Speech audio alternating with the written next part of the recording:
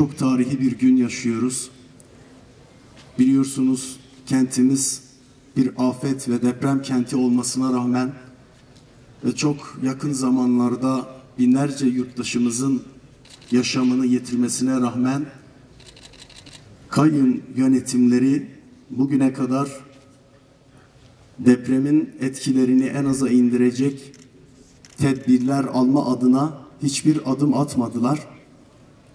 Bizler seçilir seçilmez sevgili eş başkanımız ve belediye meclisi üyesi arkadaşlarımızla birlikte ve belediye yönetimi arkadaşlarımızla birlikte depremin etkilerini en aza indirecek. Çünkü şunu hep dile getirdik. Evet, depremleri engelleyemeyiz fakat depremin etkilerini en aza indirecek tedbirler alabiliriz. Bu açıdan Afet İşleri Daire Başkanlığımızı hemen güçlendirdik ve bir afet koordinasyon merkezi kurma kararı aldık.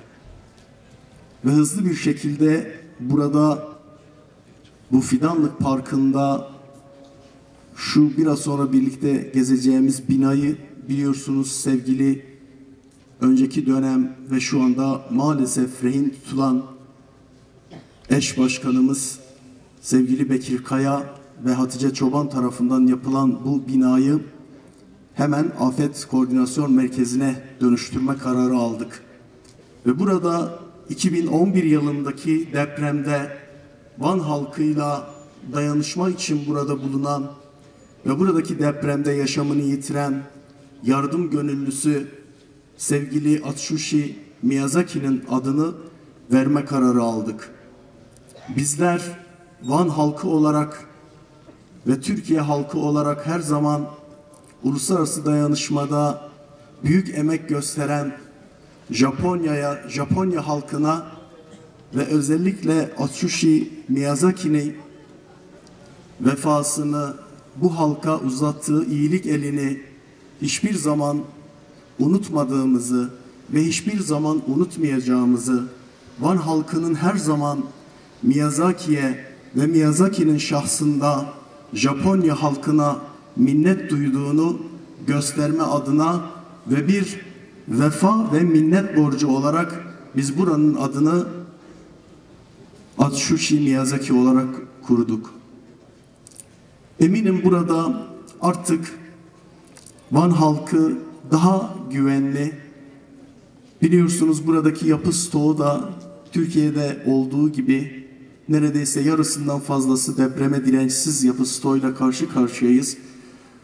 Bunu meslek odalarıyla protokoller yaparak ve bu dirençsiz yapı stoğunu bir an önce dirençli hale getirmek ve yerinden dönüşümü gerçekleştirme adına da çalışmalarımız devam edecek. İşte bu Afet Koordinasyon Merkezi bunun ilk adımlarından biridir. Hayırlı olsun.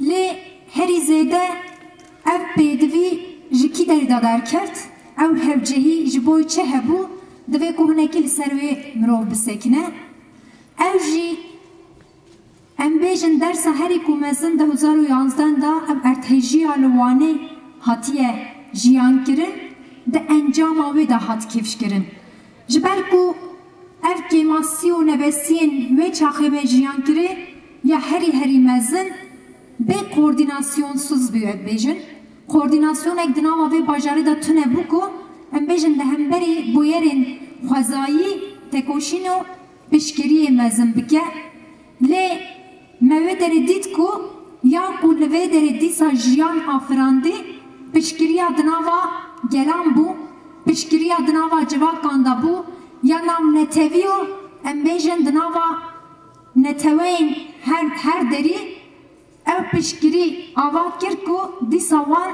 jiyan afirandin li deri ji ber wê kê jî em ji bo tîmên ku evên dildarî hatin li deri xebitin em minnetdarin. Değerli arkadaşlar, bugün sevgili Miyazaki'nin ismini verdiğimiz Afet Koordinasyon Merkezimizin açılışı için buradayız. Buradaki merkeze duyulan ihtiyacı aslında biraz da açmak gerekiyor. Bildiğiniz üzere 2011'de yaşanan şiddetli deprem sonucunda 600'den fazla canımızı kaybetmiştik. Onlardan bir tanesi de sevgili Miyazaki ve Sabahattin Yılmaz, Can Emir, yani basın alanında emek veren 2 arkadaşımızdı. 3 arkadaşımızın şahsında tüm yaşamını kaybeden canlarımıza adıyoruz bugün. Bugün aynı zamanda Çalışan Gazeteciler Günü. Onların da burada emek verdiğini ve bu emeği görünür kıldığını görüyoruz. Tekrardan onlara da hoş geldiniz diyoruz ve gününüz kutlu olsun diyoruz. Depremlerle mücadele ederken kentleri afetlere karşı daha dirençli hale getirmek, daha ekolojik bir mücadeleyi yürütebilmenin perspektifini önümüze koymak, aslında kentlerimizi betonlaşma yığınından kurtarabilmek, kentlere nefes aldırtmak bir yandan aslında afetlerle mücadele etmenin en temel sebepleridir. Bizler biliyoruz, aslında en önemli sebeplerden bir tanesi kurumlar arası koordinasyonsuzluktu.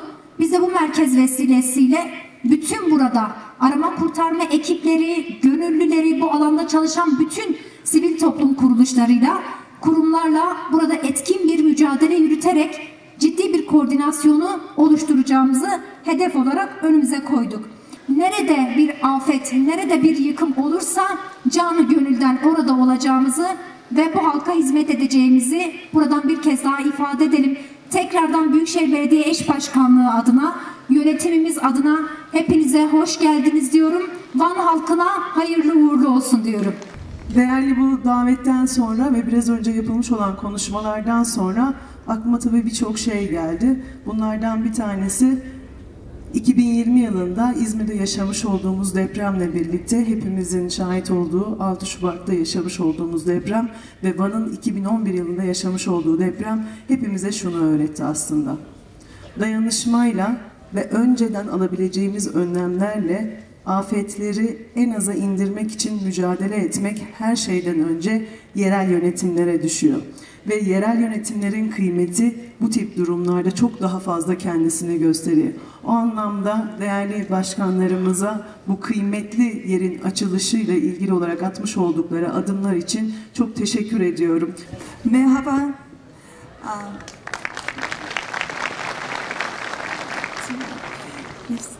It is a great honor to have been invited this kind of very great outstanding facility, and I'm very much impressed by your great hospitality. Böylesi önemli bir merkezin açılış törenine davet edilmek ve misafirperverliğiniz için çok teşekkür ediyoruz. Bizim için çok büyük bir onur. In 2011, both Japan and Turkey were struck by major earthquakes. On March 11, when the Great East Japan earthquake hit Japan, more than 15,000 people lost their lives. Later that year, on October 23, Turkey was stricken by one earthquake, sadly taking the lives of more than 600 people. After the initial one earthquake on November 9, 2011 yılında Japonya ve Türkiye büyük depremlerle sarsıldı.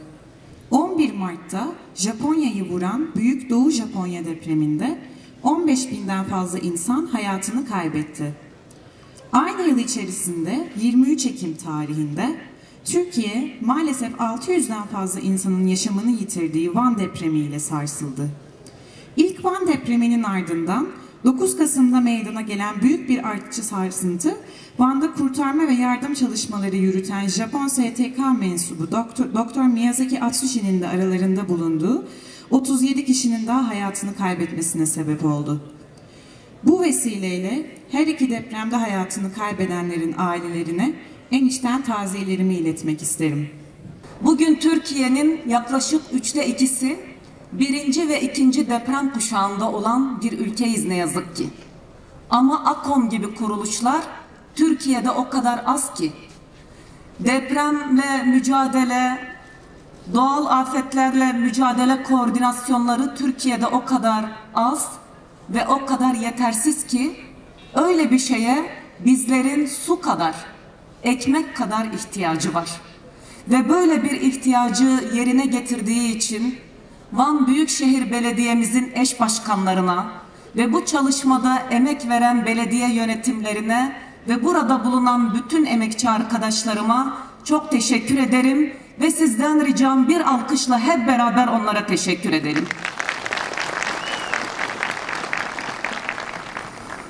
Yine biraz önce yapılan konuşmalarda ifade edildi. Van depremi burada büyük acılar yaşattı. Ne yazık ki Türkiye'nin birçok yerinde yaşanmış depremler gibi. Türkiye'nin son 100 yılında 7 ve üzerinde yaklaşık 16 deprem gerçekleşmiş, sayısız sel gerçekleşmiş ve neredeyse hepsinde çok büyük can kayıplarımız olmuş.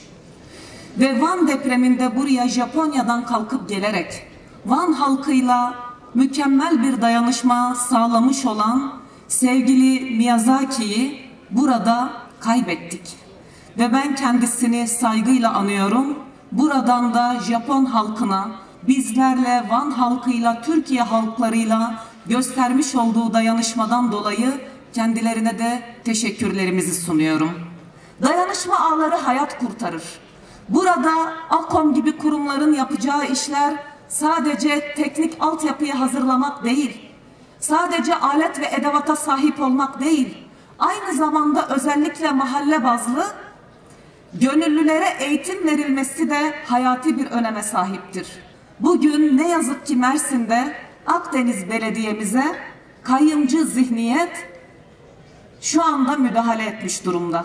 Sabaha karşı Akdeniz Belediye eş başkanlarımız, eş başkan yardımcılarımız, meclis üyelerimiz ve bazı müdürlerimiz gözaltına alınmıştır.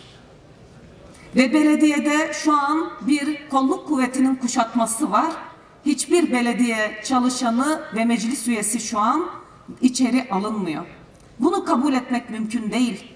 DEM Parti belediyeleri AKOM gibi oluşumları oluşturmak için seçildi. DEM Parti belediyeleri kente hizmet yapmak için seçildi. DEM Parti belediyeleri bir kentin ve bir toplumun ne ihtiyacı varsa, yerel yönetimlerin üzerine düşen ne varsa onları yerine getirmek için seçilmiştir. Bugün DEM Parti belediyeleriyle Konya Belediyesi'nin arasında hiçbir fark yoktur. Aynı görevle, aynı anlayışla, aynı hukuk sistemiyle, aynı anayasal düzenlemeyle seçilmiştir. Ama ne yazık ki bizlere kayyımcı anlayışı reva gören bu iktidar ve bu anlayışa, bu anlayış bizim bu hizmetleri üretmemizi kayyım atayarak engellemektedir. Kayyımları deneyimleyen bir ildeyiz, bir kentteyiz, Van'dayız. Kayyımın buraya hizmetsizlik ürettiğini, belediyenin kaynaklarının hizmete değil de yandaşa harcandığını çok iyi biliyoruz. Bunu sadece burada değil, atanmış olan bütün kayyımların öyle yaptığını biliyoruz. Ve buradan Ankara'ya seslenmek istiyorum.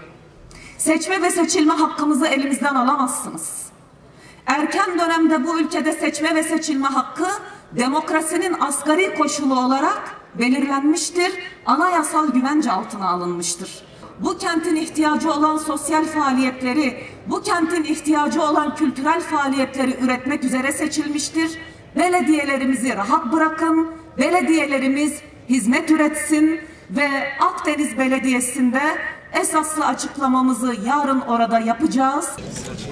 Hayırlı olsun. Evet, kesiyoruz. Evet.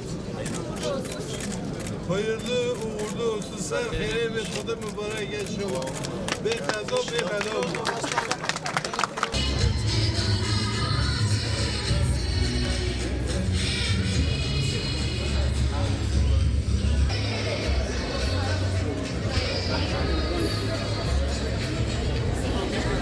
Biraz